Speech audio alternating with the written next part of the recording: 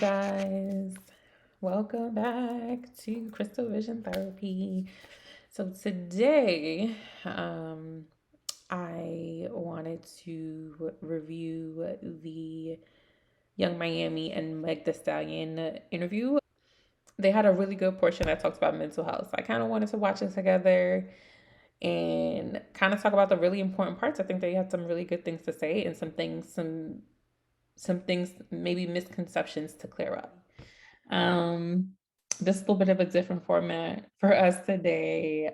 As you all know, Young Miami is taking us by storm with Caresha Please and her wholesome. Well, maybe not wholesome isn't the word. Wholesome is definitely not the word, but she's not it's not a messy interview is what I want to say. It's fun, it's light, and in particular, I know people really enjoyed this Meg Thee Stallion interview just because of how lighthearted it was. Meg was so comfortable. Young Miami just asked really good questions. And then she did something amazing. So she did a mental health check. So I wanted us to kind of watch it together, stop and go through kind of what she may have meant, or kind of what were my thoughts on it. Oh, before we wrap the show up, I always have it. She's gonna be so like. I like to do a mental health check. I'm sorry, Barney. Like, what's your mental state right now? Like, how are you mentally? I feel like I'm in a better state than I was a few months ago. Mm-hmm. I feel like I just been through so much shit, and I just worked through it all. And like, finally, I'm like in a space where I'm like, okay, bitch, maybe therapy might be something I want to get into. Like, I'm finally like starting to open up more about things. I feel like I just know how to hold it together. Mm-hmm. So I had to stop it just because I love that.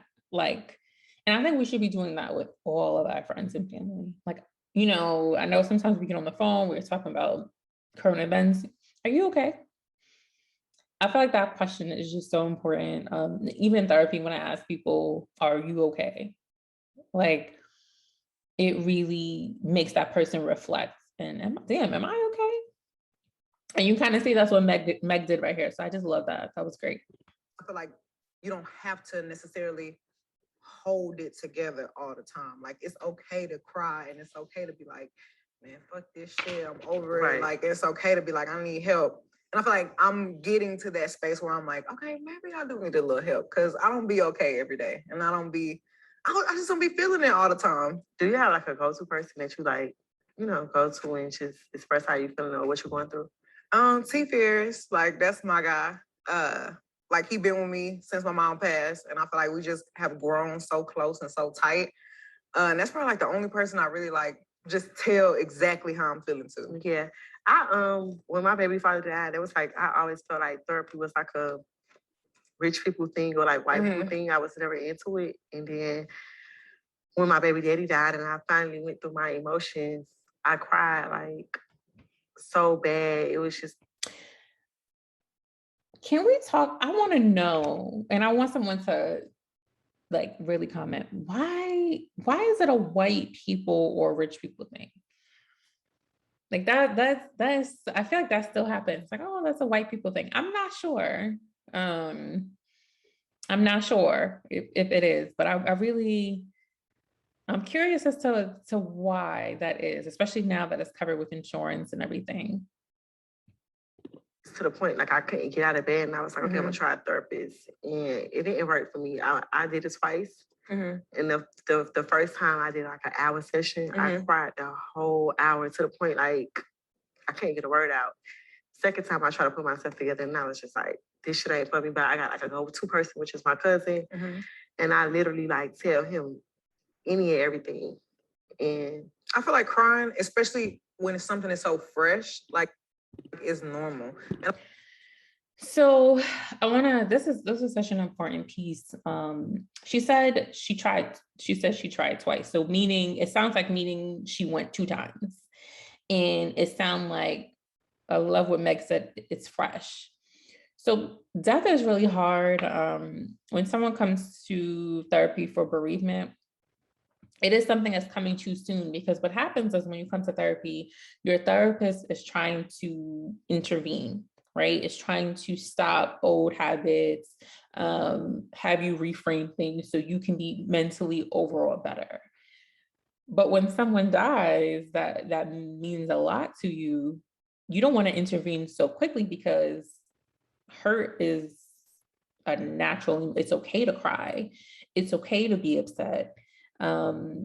It's okay to experience emotion. That's not what therapy is. It's not necessarily like, I want to stop crying. You're going to cry.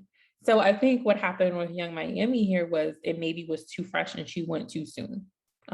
Because any therapist worth their weight is not going to say, okay, let's see how we can get through this. It's like if it happened one week and she went the very next week, oftentimes we will sit through that with you, right?